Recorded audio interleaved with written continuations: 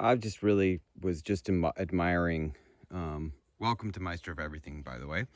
I was just admiring our um, our double swale here. Blah, blah, blah. Our double swale here. That's a hard thing to say. Say that 10 times fast. Double swale here.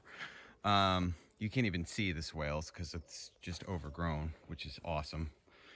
But there's the trench, and then this is the berm with some of our fruit trees on them, and then there's a trench between the two berms, so it's double deep.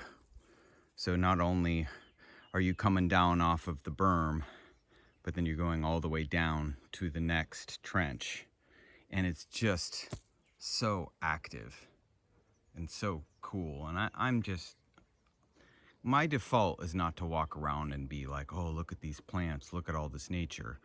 Although I grew up in the country and I enjoy nature, I tend to sometimes like overlook things and move on to something else in my life. I mean, I appreciate it for a bit, but I'm not like sit amongst the weeds and just sit there for, a half hour in awe and wonder. Though I really respect and admire people who do that. But maybe I'm changing because I can see just like how crazy wild this is. And also, I helped create this, and it's on my land, so maybe that's an important factor. But look at these fava beans amongst the weeds here that we planted last winter. They're getting really big. They're ready, just about ready for harvest. And then this beautiful big borage plant. I guess that's how you say it. I've only just been reading about these. And the honeybees just love this. Look at that bee back there. And this stuff you can fry up, these flowers. The Italians fry them up and eat them. They're supposed to be really delicious. They're also just a really fantastic companion plant for other plants and attract pollinators. But just look at this explosive growth down this deep, deep trench. It's just so beautiful.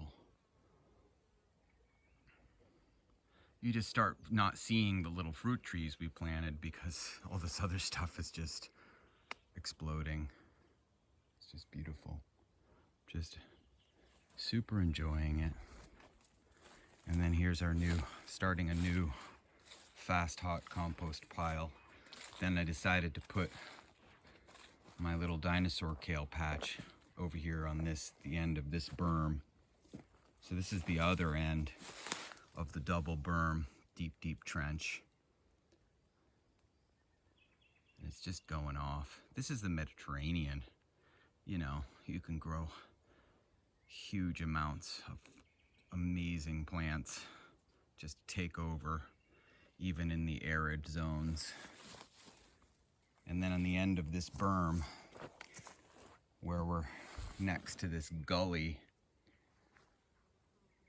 with lots of trees, when the sun is in the first half of the day, when the sun is in the east, it's just totally in the shade here. And that's important because kale in the Mediterranean doesn't like the late spring and summer quite as much. It doesn't really take off. It's more of a winter crop. But I'm going to give it a shot because this is a really cool, very cool lower temp end of the land.